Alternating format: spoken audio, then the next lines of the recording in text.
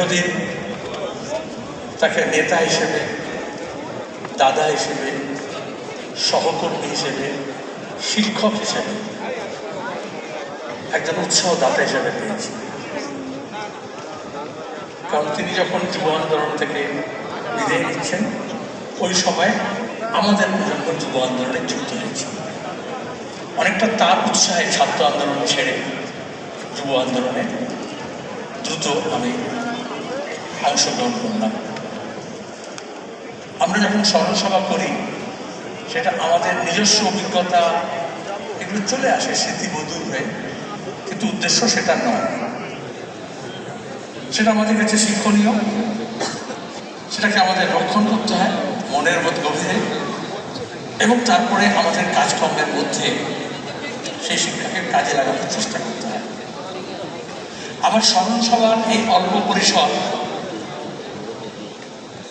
তার পক্ষে তো, তার জন্য তো নয়, কারো ক্ষেত্রেই তার জীবনের কর্মের মূল্যায়নের অবসর দেয় না এই সংক্ষিপ্ত পরিসর, এবং সেটা আমাদের উদ্দেশ্যও নয়।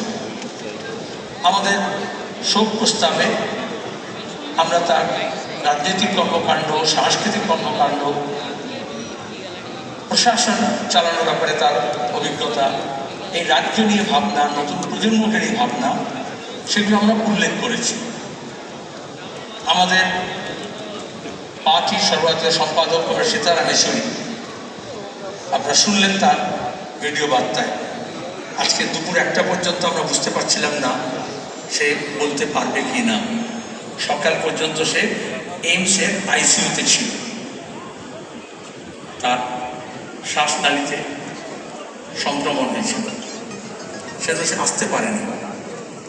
কিন্তু আমরা চেয়েছিলাম, এবং প্রযুক্তির দৌলতে সেটা সুবিধা হয়ে গেল।